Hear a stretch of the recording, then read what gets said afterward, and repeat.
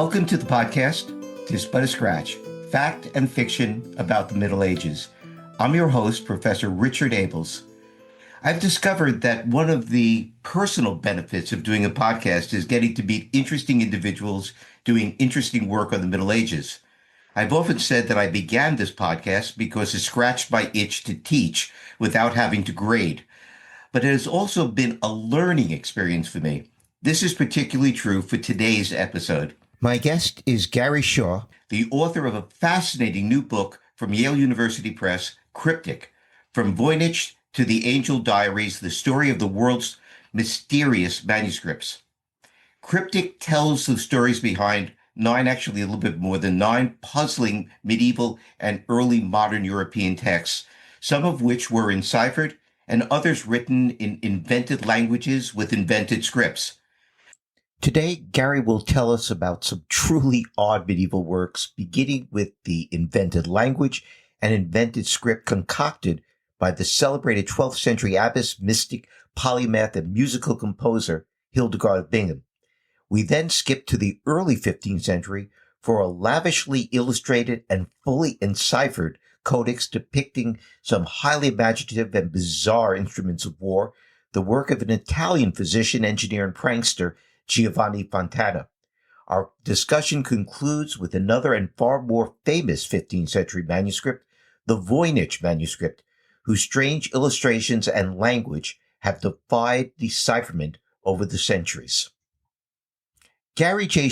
is an author and journalist covering archaeology, history, world heritage, exhibitions, and travel. He holds a PhD in Egyptology from the University of Leicester in the UK. Dr. Shore is the author of 7 books, 6 of which deal with ancient Egypt, its history, and its mythologies. These include The Story of Tutankhamun, An Intimate Life of the Boy Who Became King, Egyptian Mythology, A Traveler's Guide from Aswan to Alexandria, The Egyptian Myths, A Guide to the Ancient Gods and Legends, and The Pharaoh, Life at Court and on Campaign. With Cryptic, he has shifted his attention to the European Middle Ages and early modern eras. I'm fortunate to have him on the show. Garry, welcome to the podcast Is But a Scratch, Fact and Fiction about the Middle Ages. It's fabulous to be here. Many, many thanks for inviting me, and thanks for that wonderful introduction as well. I'm always interested in how book projects get conceived. After reading about your academic education and your previous books, the question that immediately came to mind is, why? Why Cryptic? How does an Egyptologist become so interested in enciphered and mysterious medieval European manuscripts? Yeah. There's a shift here. I can tell there's a shift here. This is not quite my thought now for something completely different, but it's comes close. So how did we go from Egyptology and from that field to being interested in mysterious manuscripts and especially interested in ciphers? Because that's really what the book is about. Cryptology, isn't it? Cryptology, ciphers, invented languages, unusual scripts. But yeah, it's a bit of a strange shift for me, but not, I guess, in the context of my more recent work. So it's true, my academic background was ancient Egypt, Egyptology. My PhD was on 18th dynasty pharaohs. But over the years, I kind of shifted more and more out of kind of, university work, lecturing, academia in that sense, more into popular writing for the public, which is something I really enjoy. And in fact, for much of the past decade or more, in fact, I've been mainly working as a science journalist. And so my science journalism covers worldwide history, worldwide archaeology. I cover historical breakthroughs, new discoveries as they come out in journals. And so although my book writing has been focusing still on ancient Egypt, my other part of my life with my other hat on has been very much covering everything, historical, archaeological. And so this book actually comes out of my journalistic work, really. The interest in mysterious manuscripts began with the Voynich manuscript because I found myself reporting on it quite a bit. And of course, like everybody who studies Voynich for 5 minutes or more, you get sucked into this hole of trying to figure it out and being fascinated by all the theories surrounding it. And so From there, I became more interested in similar mysterious manuscripts and kind of seeing what else was around in this time frame. The centuries surrounding Voynich, that could also be classed as mysterious manuscripts that might also have potential ciphers or invented languages and scripts, or even be hoaxes, because that's sometimes an explanation for Voynich as well. And from there, it kind of built into this book. It was really just kind of coming out of this fascination and love of this topic that I discovered whilst doing the science journalism work. Well, it's a really good read. That's one of the things that I really like about the book. It's fun. As I said, I've learned a lot from it. But to frame what we're going to talk about and to frame the book, it might be good to just start with some general questions Okay. about things like ciphers and why people wrote in encrypted messages. Why? Now, it's obvious that there are a couple of places where you would always expect that if you're doing intel, if you're doing diplomacy, if you're doing military secrets, of course you're going to have the messages encrypted so they can't be broken and the enemy can't get them, so you're keeping them secret. But that's not the manuscripts that you dealt with. These are not about diplomacy. These are not about military secrets. So why did people write in cipher? Why did they invent languages and scripts? What was their motivation? Yeah, and that really is, I guess, the heart of the book because as we were just saying, my background's in Egyptology and in science journalism. I'm interested in stories as a journalist, and so I'm interested in the people and why they were doing these things. I'm not a cryptographer, so I don't delve into the real mechanics of ciphers, but I'm interested in why people were doing this. And as you say, yes, people were doing this a lot for intelligence reasons. You even find merchants doing this to try and hide their secrets as well. So intelligence, diplomacy, people writing letters to each other. This is where you find the real ciphers, the real difficult ones to break. But my interest here was in book length works, manuscripts, people who are writing a lot of text on different topics and why. And you'd think, of course, that the main reason, the main motivation for this would be secrecy, security. And it seems to not really be the prime concern, at least as what I was finding. I mean, thinking of some of the topics that I mention in the book, you do have inventions, you have things like medical recipes, people write a bit about religion, and there's also lots of science as well, scientific thoughts and discoveries, linguistic experiments, as well as hoaxes. Um, and people have found innovative ways to kind of mask their words through all of this. And as I say, in some cases, secrecy is an element of what they're trying to do. But in other cases, I would say it was not the prime concern. I'm trying to think of an example, for example, alchemy. I have a chapter on an alchemist called Michael Meyer, and that gives me a chance to talk about alchemy secrets in general. And of course, this is probably the best known area, I think, where people were famous for, hiding knowledge from the unworthy. But within that zone of alchemy, you find one of the key things I think here about understanding these manuscripts, and that is that actually people in the past were just as fascinated by this as they are today. Something written in a strange code, something written with mysterious symbols grabs the attention. So it's actually the exact opposite of the aim. If your aim is to try and make sure people don't notice this thing, writing in a cipher or a strange code is going to actually bring attention to it. And so within alchemy, there's a certain element of performative secrecy, the performance of secrecy here. So you're Which doing it to try and get people to see it. It looks secret, and maybe to most people it will be, but to alchemists, they would understand what you're doing. And it also brings in a certain level of legitimacy, acceptance into the group, because it shows you know what you're doing. So people start noticing it more because you've tried to mask it with all of this dressing up. I would think there's like two other possible reasons. One is just purely personal, and I'm thinking of J.R.R. Tolkien. Okay, Tolkien sure. created languages. I mean, in a Yes. sense, Lord of the Rings and The Hobbit are an outgrowth of his own hobby of inventing Elvish and Orcish and all of the other languages. And that seems to Yeah. have been because he was just fascinated with language. And Sure. if he hadn't Sure. written Lord of the Rings, we would have had his invented languages, right? Sure. Yeah, yeah. I mean, I do mention, I think, briefly some invented languages in terms of fiction, very briefly in the book. But I mean, there was a craze for inventing languages, mainly in the 17th century. And so you get a lot of this at about that time where people are trying to figure out, particularly scientists, what's the best way for me to convey information across language barriers Yes. when Latin is on the decline. Yes. And they were finding that their ways of writing in Latin just weren't really working as well for them as they should be to convey these new ideas. But And so the people started to come up with ideas for this. Mhm. yeah, but the other reason for doing this is kind of mercenary because you can create hoaxes. You can Yes. create. Some months ago, I did an episode on a really interesting book. It's by a early 13th century Arabic, I guess intellectual, although it's difficult to say exactly what he was. This man Al-Jabari, and it's called The Book of Charlatans, and it's about Okay. all of the con games that were done in the Islamic and Christian Middle East in the 12th and early 13th centuries. And there Right. are hoax after hoax of inventions, and all of it was to be able to separate the gullible from their purses.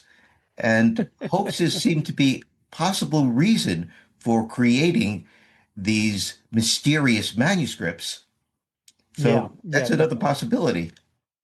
It is. Yeah. And I have a whole chapter dedicated to the idea of hoax manuscripts and why people are doing this. And there's different kind of categories that this can fall into. I mean, the main focus of that chapter is the Turpiana Tower parchment and the lead books from Granada, which was a big hoax perpetrated effectively to try and improve the lives of Moriscos, the kind of Muslim converts to Christianity, Yes. following the fall of Granada in 1492 and all of the problems that the Spanish government then, or the kingdom, brought to the Muslims living on their territory, from forcing them to stop wearing their clothing and using their language, and exiling people who did not convert.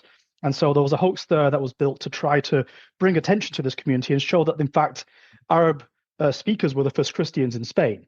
And so Yes. this was trying. It was a journey to take the clergy on to try and reach this conclusion. So this was a big scale hoax that lasted many years. But then there are also other examples I talk about too, where it's obvious it's more just about making some money for someone. I think my favorite example of that is the Libro del Tesoro, which is a 15th century book from Spain again. And the aim there, it's a fascinating one because it pretends as much as it possibly can be to be a few centuries older than it really is. So the way it's designed, the way it looks, it makes it look really old. And then it's meant to be a few centuries later on. There's an extra note in there written by a famous necromancer as well, who's trying to break the code because chunks of it's written in cipher. It's meant to be this great alchemical work. But then, of course, scholars today look at this and they say, wait a minute, the handwriting in the really old section of this manuscript is the same as the necromancers from a few centuries later on. That doesn't really make sense, does it? And so it does seem to be a bit of a hoax that was created to sell to, I think it was the Bishop of Toledo, who was into alchemy at this time. It's And so the perfect. suspicion is that it was made yet to purposely get his attention. There's another example in Yale where it's the Lumen Luminum, and it's another book that has connections with alchemy and ciphers. But they've also dressed this up with the name of a famous person from the past and some symbols again. We're trying to sell it on the basis of, this old connection, this ancient connection. So you combine this fascination with famous names of the past with ciphers and mysteries, and it, becomes something that's suddenly worth buying. I'll just give you one more quick one as well. In the British Library, a book that is called what is it? The Subtlety of Witches. Ooh, A good fantastic title. name. I know. But this was quite recently broken. The cipher inside the book was broken, I think, in the past decade by two scholars. And they found that basically the inside the cipher is just a word list. It's just a simple list of words that someone's put into cipher. And so it really is meaningless at all. So, you have this meaningless cipher, meaningless word list in cipher, lovely sounding title, must have been done to try and sell this to somebody. So this Yes. people in the past were just as interested in trying to, um, rob people as they are today, to try and manipulate people and trying to ways to make money and all this. So it's And just people as want to popular then. believe it. Um, Yeah, yeah. when we were first chatting over email, I said that the most famous of all the medieval mysterious manuscripts is a fictional one. It's H.P. Lovecraft's Sure, Necronomicon.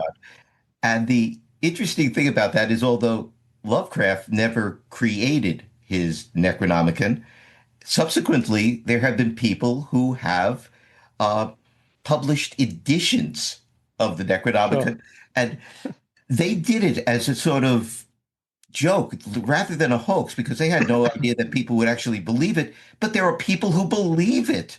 They believe this is the honest to God Necronomicon. They're going to be able to summon Cthulhu. I mean, people want to Yeah, believe these things.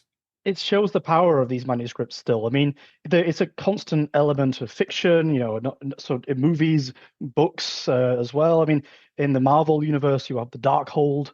You mentioned the Necronomicon, but it's also in the Evil Dead movies Yes, I love that we're those here. dead movies, by the way. Yeah, The Army of Darkness, set in a very fake Middle Ages, is my favorite. yep, brilliant movie. Yeah, Bruce Campbell at his best. And then, I mean, so this is something that you find throughout history. Even I'm thinking you talk about my Egyptology background, the Mummy movies with Brendan Fraser from the late 90s, yes. that also revolves around books of power that managed to summon the mummy back, and all of these things. I mean, and again, talking of Egyptology, there's an example of this going back 2,000 years. You have Yeah, papyrus from 2,000 years ago that tells the story of the Prince Setnekayem who was a son of the Ramesses II, the famous Ramesses, and his search for the scroll of Thoth. So yes, so Kayem descends into the tomb just like an Indiana Jones film, and when he gets into the tomb, he finds basically the ghosts of the previous people who had hold of this mysterious scroll, and the wife of the man who originally stolen it, basically tells him stories about what happened to the family and how this destroyed their lives. Literally, they all died as a result of stealing this scroll and how we shouldn't be doing this. Prince Setna Kane was it? He knows better and eventually manages to get the scroll from them. And just as they predict, nasty things start happening to him as well. And so in the end, he has to return the scroll of Thoth back to its original location, to back into the tomb, I think, if I remember rightly. So again, 2,000 years ago, people are already using this theme of words of power, magic and mystery surrounding these mysterious scrolls and manuscripts. And but here, as often in the media, these things are always dangerous, grimoires of magic and yes. out there to destroy, forbidden knowledge. And I was, what was it? I was watching that show the other day. What's it called? A Discovery of Witches, which is, of Oh, I've seen course, that. Yeah. also, yes, also again around the Book of Life, another Yes. mysterious manuscript that's in Oxford in the book, in the movie and in the books. I think I've only seen the shows. Um, so yeah, it's a continuous theme you find a lot, but it's always filled with danger. It's always something bad for people normally. As you say, mysterious manuscripts, especially those featured in fiction and movies, are often works of his hidden dark power that radiate danger. That, however, is not true of the mysterious writings of the first person we're going to talk about, the 12th century Benedictine abbess Hildegard of Bingen. A mystic, Hildegard's intent was to convey through her cryptic writings the power and glory of the divine light of her visions. Hildegard was a truly remarkable person, a polymath who wrote works of theology, medicine, and natural science. Hildegard was also an advisor to popes and kings. Along with her contemporary Bernard of Clairvaux, she was arguably the most influential religious figure of the 12th century Renaissance. Today, however, Hildegard is probably best remembered as a composer of sacred music, which continues to be recorded and adapted. The American musician and composer Richard Souther has even turned her plain chants into electronic new age dance music. But what got you interested in Hildegard, and the reason she's in your book, is because of one of her really weirder accomplishments, her concoction of an invented language, which she called the lingua ignota, the unknown language, and an invented alphabet, the literae ignotae, the unknown letters. Sure, yeah, as you say, Hildegard is one of the great thinkers, one of these visionary people of the 12th century. And she's, as you say, very well known today. In fact, I'd say one of maybe the most well-known person in my book. Maybe, the famous people and topics. So there's Voynich, there's John Dee, and there's Hildegard of Bingen, I think, are the Yes. three that people will most recognize. And yeah, she is very unusual for her age in that, she becomes an anchoress in her teens, is meant to be away from the world for the rest of her life. She's basing herself in Disibodenberg, what is a monastery, the small area for the nuns. Just to clarify for our listeners, an anchoress was a nun who was voluntarily enclosed in a small stone cell, usually with 3 windows through which she could receive sustenance and light and communicate with the outside world. A bishop would recite the office of the dead as she entered her cell, as her enclosure signified her death to the material world and her rebirth into communion with God and the angels. This was meant to be a lifetime profession. She probably imagines that's it. She's disappeared from the world. She's a recluse.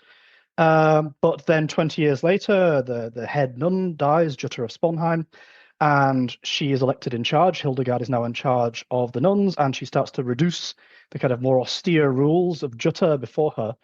And then the big change happens then a few years after that. So when she's in her 40s. Now, what her nuns would not have known is that throughout her entire life, she had been experiencing visions. And we hear this happens from childhood. But she decided to keep this a secret from everybody she knew, everybody she met. She didn't tell anybody about her religious visions, except Jutta, the head nun who was now dead, and the monk Volmar. And basically, at the age of 42, she has another vision. She describes it as like a searing heat, a light coming down, entering her heart and her mind. Although it's searing hot, it doesn't burn her. But when this enters her mind, she suddenly describes how she can better understand the Bible, the words of saints and philosophers. And also, the voice tells her that actually now is the time to start spreading the word of your visions. Tell everybody and write down everything that you've experienced. She describes this as this experience of this intense light. And Yes. there are those who've said that this is a description of migraines. Now, is it a description of migraines, do you think? I don't know, although I can see where it's coming from. As a sufferer of migraines myself, and I'm one of those lucky few who get this kind of blind spot. I know it's starting because I get a very trickle of light, and it grows and grows into a blob until I can't see the words directly in front of me. Wow. And so I could see how this, and it kind of turns into a sort of halo that emerges across my vision, lasts about half an hour, 20 minutes, half an hour, and then the migraine starts. And so I can see the argument that people have that you get a sort of weird effect in your mind, lights. I see little shimmering lights as well that crackle across the vision. And then you get the feeling of heaviness. So, I mean, I can see where people are coming from. I don't know, who knows if that was what she was really experiencing. Yes. But I can say from personal experience, I know a bit of what that feels like. But so after this, she starts writing everything down. This is when you get Scivias, this first major work that she wrote on this topic. Domini, know the ways of the Lord. Yeah. Exactly. That's it. Takes her 10 years to write. And during that time comes to the notice of the Pope, Eugene III. And this is when really her kind of fame takes off, that the Pope gives us his papal approval to carry on doing this work. Which is in itself amazing. It is, because the question is whether she's a genuine, authentic mystic, or is she maybe even a heretic? And Eugene III embraces her, and with the help of Bernard of Clairvaux, who's also persuaded by her.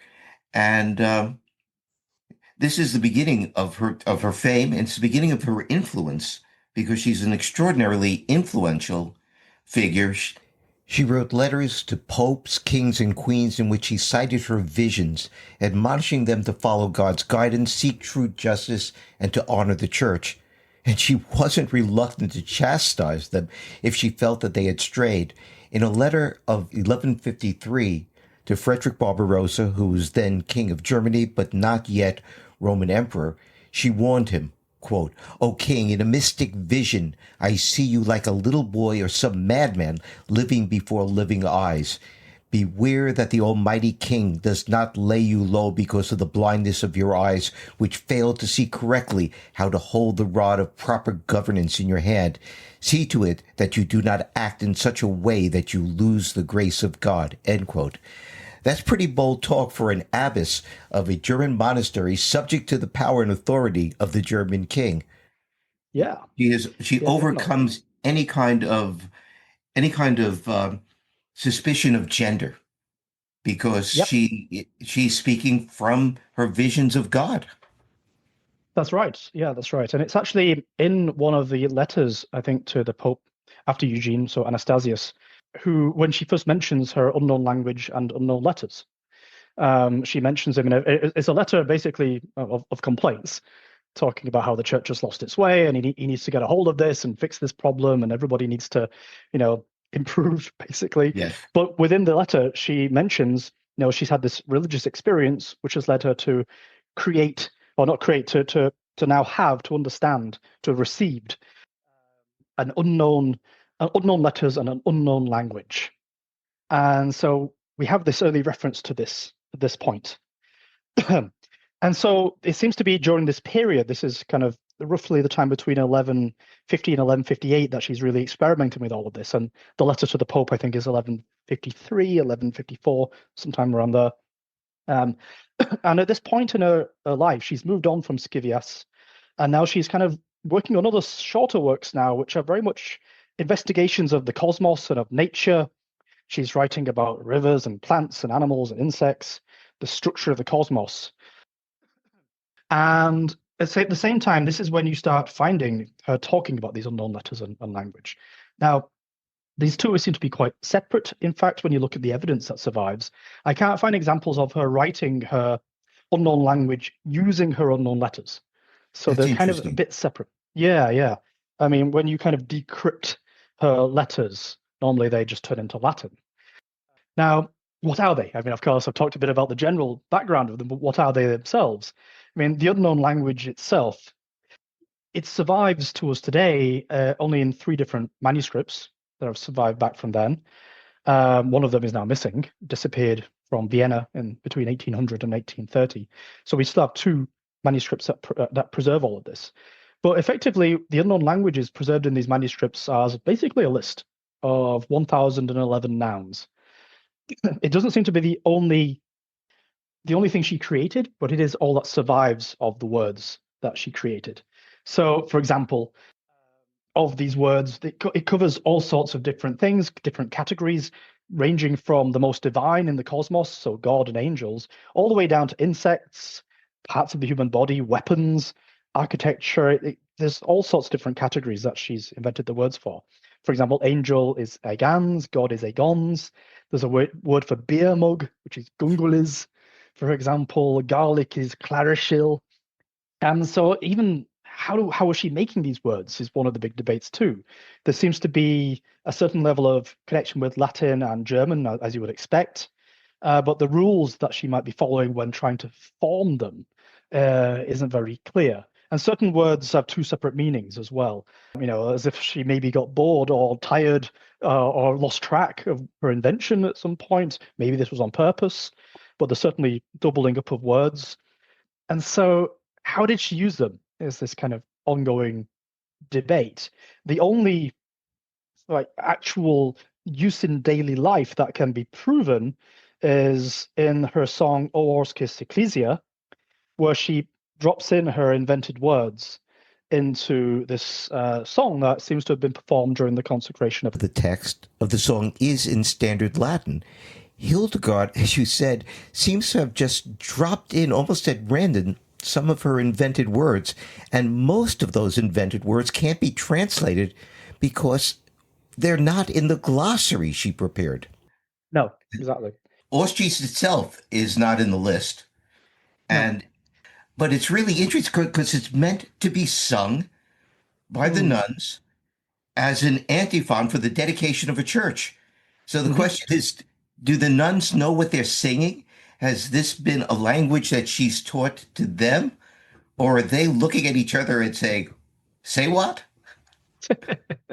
Well, yes, exactly. So, yeah, why is the big question here? I mean, there are various different arguments, and I don't think any of them can really be proven. There's an argument that maybe it's her believing she's getting the original language of God and Adam from the beginning of Yes. time, and so this is the language of creation. And connected up, similar to that, there's maybe it's the language spoken by virgins in heaven, has been another argument put forward. I mean, other ones are that I suppose the nuns would know it because some people argue it's a type of secret communication Hmm. that she might have used between her and the nuns. So perhaps they could communicate without others, knowing what they're saying among themselves. Others have suggested maybe it's talking in tongues as well, and that's maybe the origin of it. But there's also an interesting argument that it's a type of ornamentation, I think is the word that they use. Yes. That, how certain poets, writers, etc., would have used Greek in some of their poems and songs to make it sound better, to show their learning. And there's the argument that she might have done this in her songs because she didn't speak Greek, she didn't know Greek, but these words show her special connection to the divine. Yes. And so it's something that she can bring that nobody else can to give these songs special power, divine power. And so there's all of these different arguments surrounding it, and we don't have a clear answer, frankly, to what she was doing and how this spread. Did she know it herself? Did she teach it to? I mean, she obviously knew it herself, but did she teach it to others as well, or was it just for her alone? We do get a reference later in her life to the monk Volmar lamenting basically, when Hildegard dies, who will be there to speak her unknown language and to read her unknown letters. And so that kind of suggests that maybe it wasn't taught so much to me, that, it seems to be that she was the person who knew this. And they were trying to write it down, make these word lists so that they could record it in some way beyond her life. Because there's also the unknown letters as well, which have their own mystery, similar problems, similar questions surrounding them. An unusual invented script, 23 symbols without J, V, and W. It seems to have similarities in the script's design to, I guess, Hebrew, Greek, Aramaic. She seems to be getting inspiration from places, but why she chose these designs isn't known. And again, the usage of them in daily life is very limited, or at least the surviving information is very limited. Yes. There's effectively two letters that are from her lifetime that uses it, and even in these letters, it's used in a limited way. It's simply used to address the recipients of the letters. So it's the monks of Zweifelten in Germany, and she's again very critical of the monks in the letter. And so the suggestion is that, unless you could read the recipient, you wouldn't know who this letter was aimed at. And so maybe it was to avoid prying eyes, knowing, who she was being critical of. But then again, it could also be a way of her doing something that only she could do, using her letters, which were divinely inspired. And so the letters have more power if the recipients are written in her special Yes. characters. Yes. So again, mystery though. We don't It could have be enough like her data seal. really. Yeah, It's her personal seal. And sure. given that she spent so many years as an anchoress, she had Hmm. a lot of time to develop languages by herself. I mean, Yeah.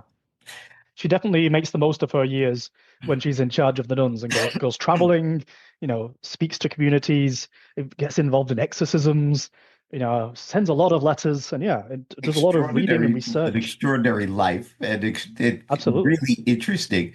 I love talking about Hildegard, but we really do have to move on, which in this case means skipping ahead 3 centuries and traveling south from Germany to Venice.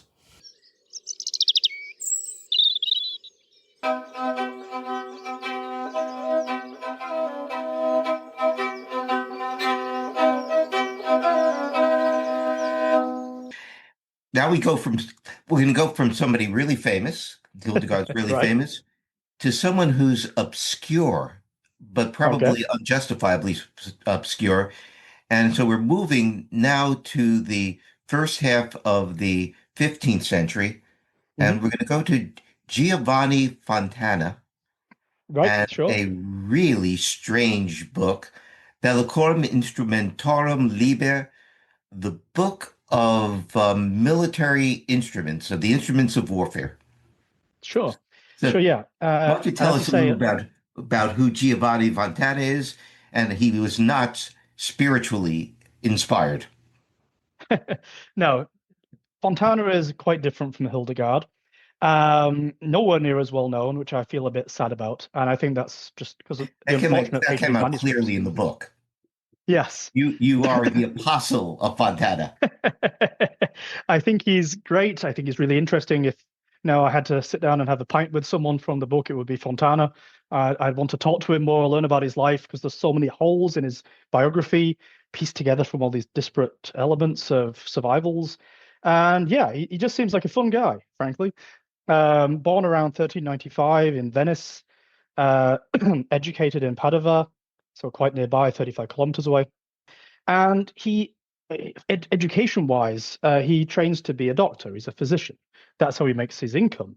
But his real passion seems to be engineering, invention. He's one of these great men of the 15th century that are obsessed with everything, trying to solve everything, every problem, every mechanical issue, that anything and everything interests them. So he's interested in discovery. And so he's very much a man of his time, because this is that point in the 15th century when people are rediscovering these lost classical works. People are starting to question the knowledge of the past and trying to find ways of testing things. And so he's very much part of that movement, although not a well-known example of it. And yeah, what makes him a bit more, I think, intriguing for me than some of the other people is just the way he dresses up his investigations, his inventions. He's interested in measuring depth and the speed of movement through water and over land and in the air. And instead of just doing this with simple creations, like you could invent just simply a piece of lead to drop into the water when he's measuring, he makes it look like a fish. Anything that he puts, he makes little skateboards almost with little animals on them, which are, are rocket propelled, so Yes. he can measure distance. And similarly with making birds for the air as well. I mean, he had fun. There's a fun story of him scaring a monk. So there was a I love monk that coming to story. visit. A monk coming to visit at one point, and he wants to trick the monk and scare the monk. And so he gets some like furry skin and different materials and patches this all together with wings to make it look like a demon. And that isn't enough for him. So he puts some gunpowder in there and sets it alight before the monk walks in the room. He throws this into a barrel filled with water so that when the monk walks in, he sees this kind of fire burning, writhing beast made of fur and wings. The monk starts screaming that there's a demon, a real demon before him. And of course, you can imagine Fontana just laughing his head off. But Um, he also actually is a man of his time in that he believes in the supernatural. He may yeah. make fun of it, but he does believe in it. In his own way, a religious man, a pious man. He Mhm. sees himself as a Christian, and he's simultaneously the 15th century version of a rocket scientist. Yeah, definitely. He talks about surviving this great storm in Venice, around about the time he was in his, I think, early teens, if I remember rightly, or maybe a bit younger. And yeah, people all around him are trying to use supernatural explanations for what's causing the storm, and it's the wrath of God and all of these things. And he's looking at it scientifically, even from a young age, saying, no, this is the movement of the winds. They're combining at this point to create this massive hurricane. This is what's causing the destruction. But at the same time, he believes he survived that day because God helped him. That Yes. it was divine help. And later on in his books, when he's writing in his manuscripts, he makes clear that he is a pious man. He does believe. Yet at the same time, this is often you feel that he's saying these things because there's probably accusations of heresy for all these tricks he's playing on monks, and his inventions and so forth are probably bringing attention to him. Certainly in Padova, as he's going around trying to scare people, because many of his inventions are actually made to frighten, to scare, to terrify. I think I say in the book that if he was alive today, he'd be like making special effects for horror movies, Yeah, because he liked to dress up his creations. I like his mechanical witch. Yes, that's right. Yeah. So he has a mechanical witch which moves along on rails, and again, has gunpowder elements, so firing off gunpowder and fire. Um, and so, yeah, mechanical witches, fire-breathing demons, magic lanterns casting shadows of creatures on walls, all of this he would do to try and entertain and scare people. And it just shows his creativity. He was trying to do these. He liked the idea of replicating the supernatural in ways that, were physical, that you could control, trying to show that these things can be reproduced using the techniques of his time. That's And so, interesting. yeah, he was an inventor, an engineer, as well as a doctor. That's really interesting. So tell us a little bit about his Bellicorum Instrumentarum Liber. Yep, no worries. So the title itself isn't original. It comes from a later librarian giving it that title, but it's accurate enough in that most of the inventions in there are related to warfare. So, for example, there's giant sort of tower-shaped battering rams, and even these kind of sort of castle with auto-reloading weapons on the different levels Yes. of the castle, massive cannons that could be fired into the moat or rivers to kind of destabilize ships. Um, but at the same time, the book is there's an amphibious boat as well, like sort of a massive galleon with wheels that he envisioned could ride along the ground as well as water.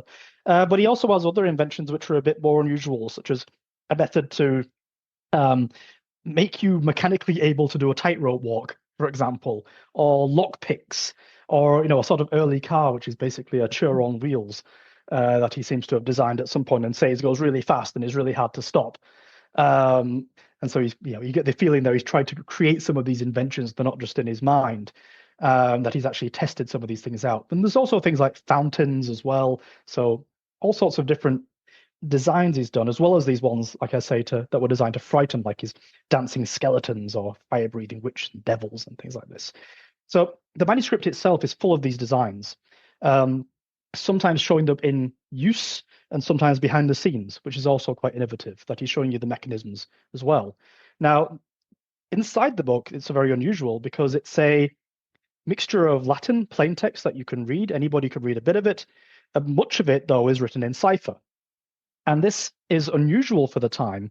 I think it's one of the, or if not the, might be the earliest example of a book-length cipher work from early 15th century. It was probably produced in the 1420s, when he himself was probably in his 20s as well.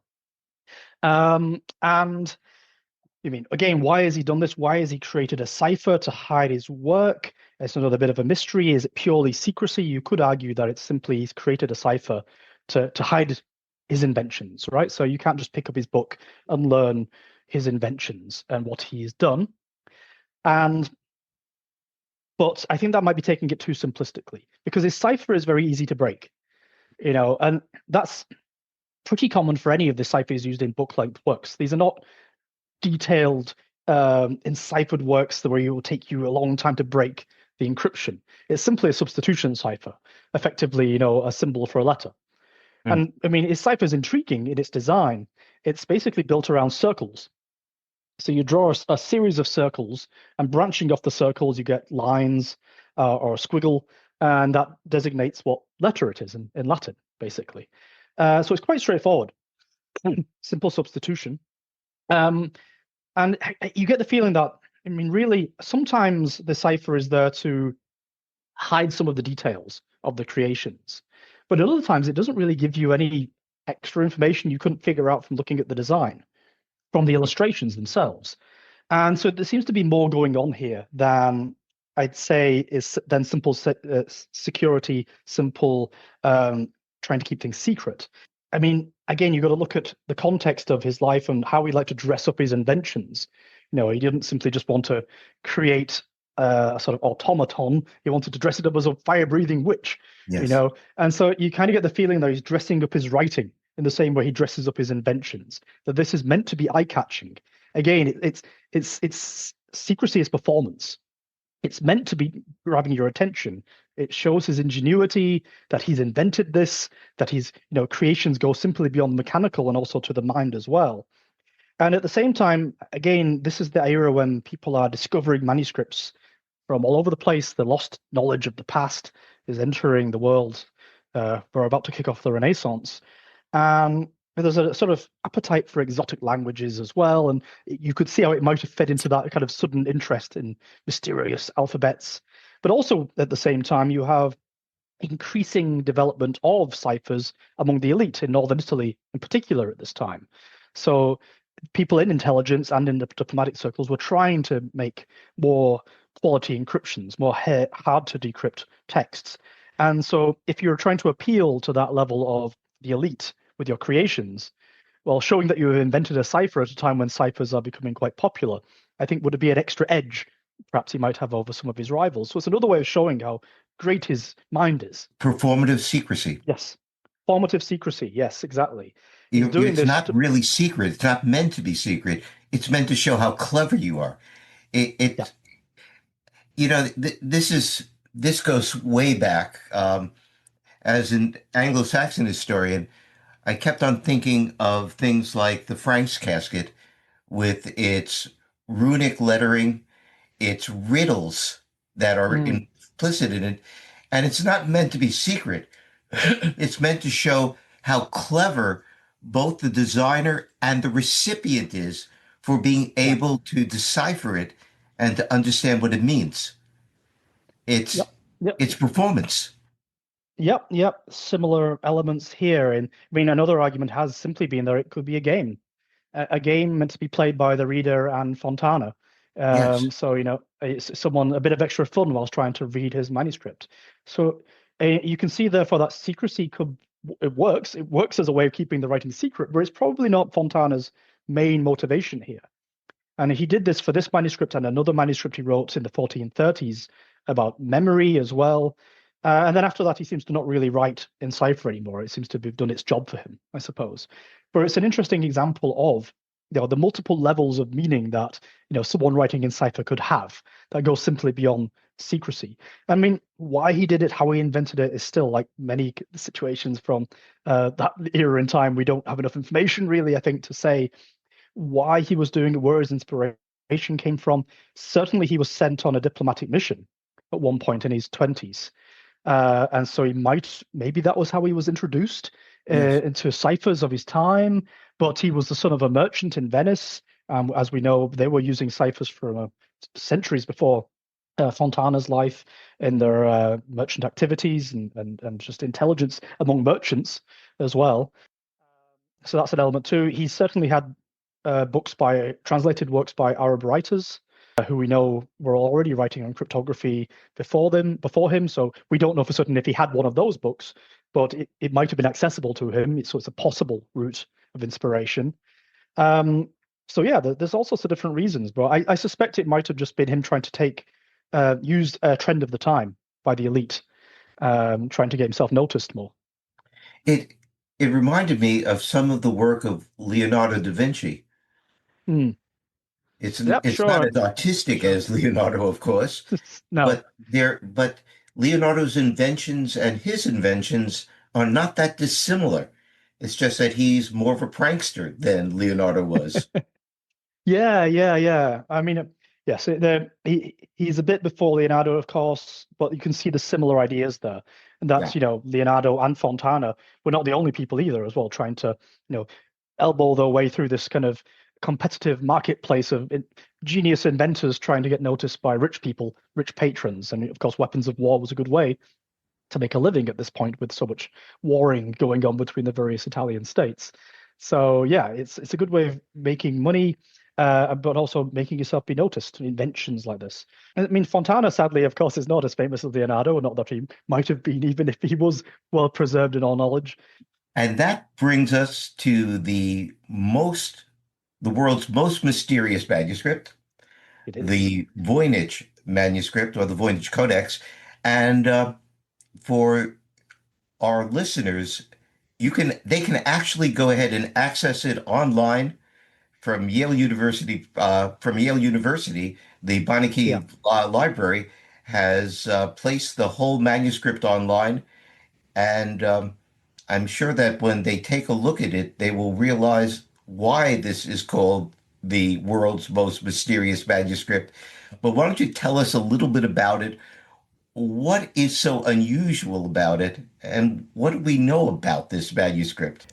And why is it called the Voynich manuscript?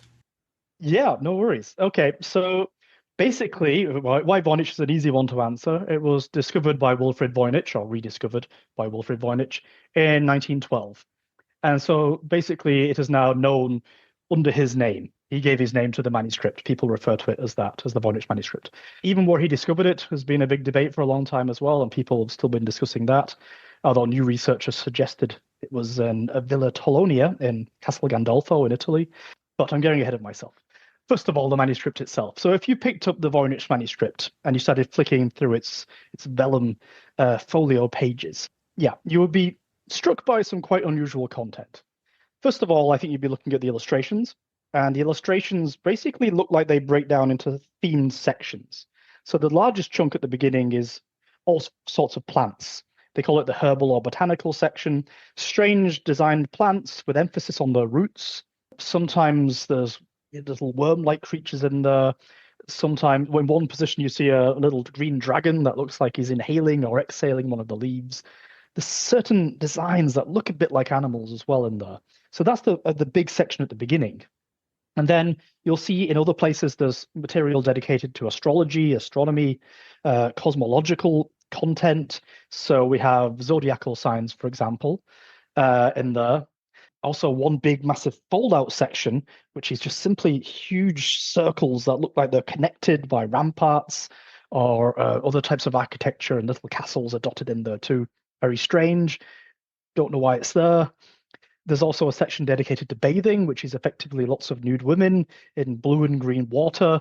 Also, sometimes with strange creatures knocking around, or giant fish in one bit, for example. And they're all, in some places, they're holding things.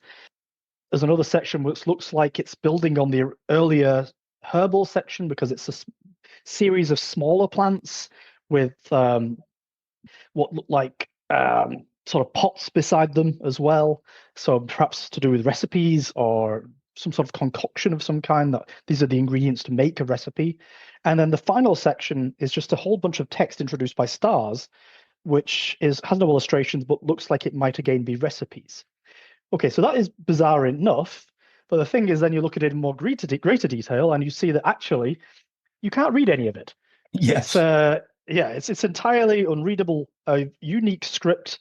It looks similar enough to some other scripts you might recognize, but it's still its own thing. And so you can't read it. And so you've got strange imagery, lots of that, and lots of writing that you can't read at the same time. So immediately you think this is mysterious. Nobody's really understanding it. And since 1912, when Voynich made it famous, nobody's really managed to break this text. Nobody can still read it. All we can do is look at the theme sections and try to get a feeling for what it's about. Now, there have been some breakthroughs recently, but so we know a bit more about it today, but still, it is a big mystery. It's long. It's what, about 240 folios? That's right, 240 folio pages. That's right. And we suspect that it actually was a bit longer than that. Yeah, there is some material missing, and it looks also like it's the original order has been lost for some of the sections too. And so what we're talking about is a group of scribes, 5 scribes, right? Who sitting down, That's right. writing this very long manuscript. Yeah. And writing it not on paper, which at that point would have been what you would expect, but writing it on calfskin, which is expensive. Yeah. And they're writing it all in this mysterious language with a mysterious script. Yeah. That's bonkers. You know that's really very, very strange. Well, so there's you mentioned 2 things there which are itself fascinating, in that it wasn't until 2020 that a scholar studying the manuscript identified the hand of 5 different scribes. So this is quite new information that's been brought out by experts looking at the manuscript. So immediately now you can see that those 5 individuals working on it, they seem to have taken different sections, to try and, I guess, spread the workload. And yeah, it's still, though, indecipherable. It's still a mystery. Again, as you mentioned, paper versus parchment. Paper would have been much, much cheaper at this point in the early 15th century to write on.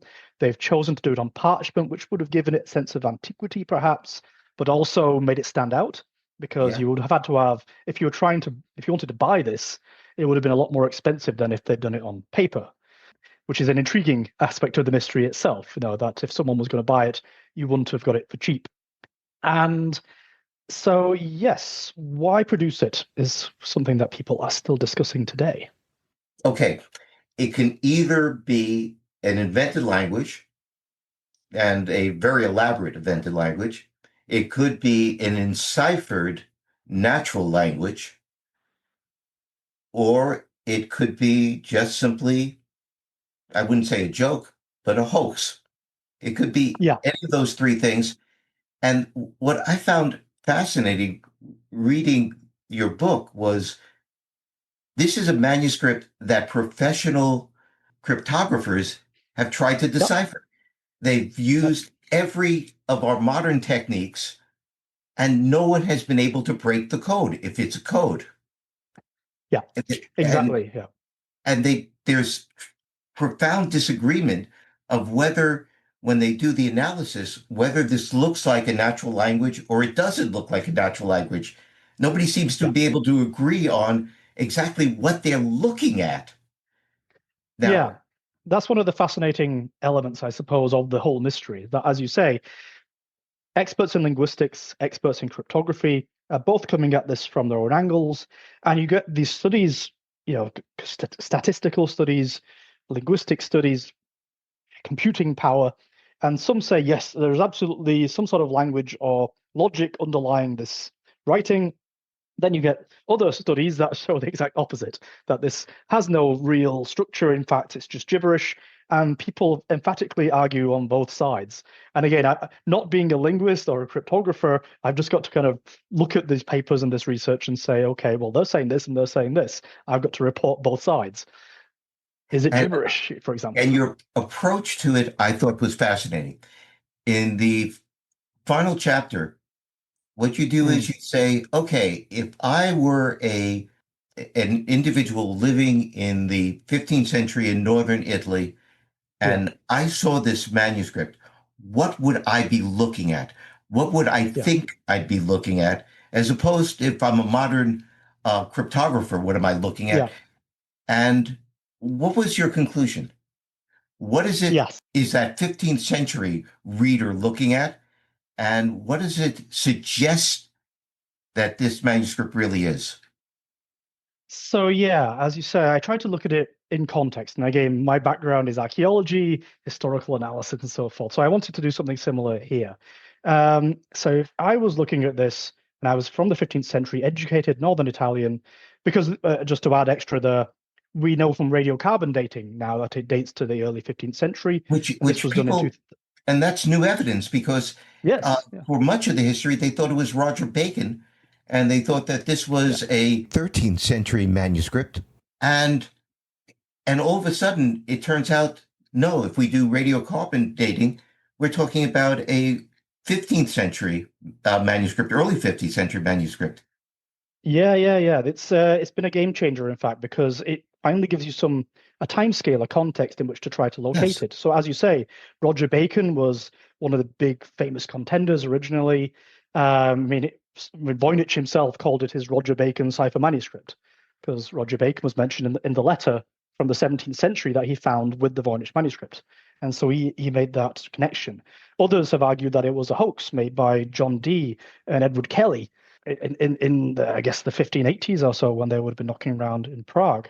But of course, that's now out of the picture because of the radiocarbon. Now we can say it came from this context. At the same time, people who have been looking at the illustrations in detail have added quite a lot of extra information here too, because there's little details in the drawings that suggest a location too. For example, I think the most famous one is there's a tiny castle in one of the scenes with what they call swallowtail merlins, so this architectural feature of the ramparts. And you find that at this time, mostly around the area of Verona, so northern Italy again. If you look in the astrological scenes, Sagittarius has the hat of a Florentine archer, so a person from Florence. If you when I was looking at the information in general, the context, I was looking at examples of people writing about bathing. When was this idea of writing about bathing popular? And you find that actually between 1350 and 1450, you get this kind of upsurge of interest in medicinal bathing in northern Italy, in Bologna, in Padova, from the universities there. So when you start hearing radiocarbon dating between 1404 and 1438, so the early 15th century, again, the Voynich manuscript fits that northern Italian context. And again, too, if you look at the symbols, they're unique, sure, but they look quite similar again to the types of symbols you find used in ciphers in North Italy at the time, also in alchemy, and even Latin shorthand as well. So you can see there's a similarity there that fits this context again. So to me, the most likely explanation is this northern Italian context, or pushing it a little bit further north into the southern Germanic-speaking areas, perhaps. But certainly the dates, can put in the early 15th century. And so I said, basically, if you put all that together now, this new information, what does that tell us? If you're a northern Italian, you've got to be educated, a bit rich to be able to buy this. What would you be seeing? And so, yeah, it still looks unusual. I'm not quite sure they would see it as the most mysterious manuscript ever produced, but you can see that a person from northern Italy flickering through, it would match certain expectations. The thing being produced at the time in northern Italy in the early 15th century is what they call alchemical herbals. These manuscripts that are aimed at doctors, physicians. She's full of images of plants of a very similar type that you find in the Voynich manuscript. And so it's another clue that there's an element there that will be recognizable. The bathing aspect would be quite in vogue at the time. The astrological content is pretty expected, for a doctor, a physician of that era, who might be trying to figure out the best times to put together medicinable recipes for helping someone who might be sick. And so when you put all that together, you can see that a reader of this time and place would see it as a sort of compendium of knowledge, probably aimed at a doctor with information how you might solve certain medical problems. It fits that type of category. Now, that in itself is not entirely new, because other people have suggested this before, that it looks like it could be some sort of collection of medical help. But then what's interesting there, I think, you layer on top of that the cipher. And this is what people get so excited about. Is it an artificial language in a script? Is it a cipher, or is it a hoax? And when you look at the example of Fontana, for example, we've been discussing Giovanni Fontana. He was living at roughly this time in the early 15th century. And we know that ciphers at this point in northern Italy were just not that complicated. They were increasingly getting complicated, but at the time they were still quite straightforward, simple. Particularly for something manuscript length. People didn't really at any point write long manuscript level works in cipher because it just becomes too complicated. It's too difficult to write and then too difficult to read later on. And so you put that in, and to me, my suspicion started growing. I was looking at hoax manuscripts as well. And although I really like it to be a cipher, something really exciting and exotic, and some ingenious individual has created this unbreakable cipher, when you look at early 15th century ciphers, you just don't see anything of that complexity. So to me, it kind of historically removes it from that context. Again, what about artificial languages and scripts? Okay, so we've said Hildegard did this. She invented a language, she invented a script a couple of centuries earlier. But again, there's nothing complex there in her script. It was basically a substitution cipher. The craze for invented languages, artificial languages, is more of a 17th century thing, when they were trying to find new ways of communicating normally among scientists, new scientific ideas. So it doesn't, again, fit this context. And so to me, although I want it to be a great sci-fi, I love the Voynich mystery. I really would like it to be some artificial language from some exotic place with a great mystery connecting it with some famous person of the past. I mean, to me, if I really had to answer what it might be, I think it might be a late medieval hoax, if I'm really having to make a choice between all of these, because it fits that context to me best. It looks to me like someone has thought, I want to make a book that looks a bit like one of these alchemical herbals, that has elements that you recognize. I think that's key here. With the hoax, you need a way in for the reader to understand. Okay, there's all these illustrations. This will give the reader an idea of what might be in there. It's on parchment, so it makes it look a bit older. It makes it a bit fancier. And then there are these symbols that, although you can't read them, look like you should be able to break it.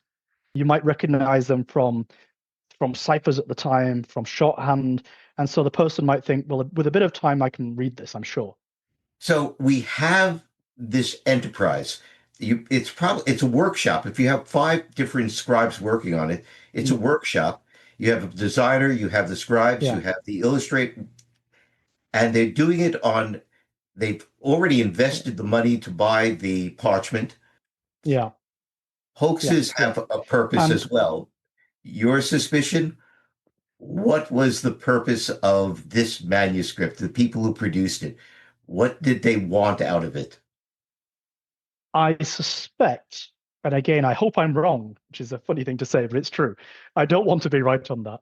But I think what you might have had here is five scribes collaborating to create a hoax to dupe a buyer, frankly, to make a bit of money for themselves, taking advantage of this interest in manuscripts and learning, and the craze at the time for the rich people, or anybody with a bit of wealth, to try to collect libraries. So they could be trying to take advantage of that, because often they didn't really care that much about the content of the books they were buying. It was more the uniqueness that was Yes. special about them.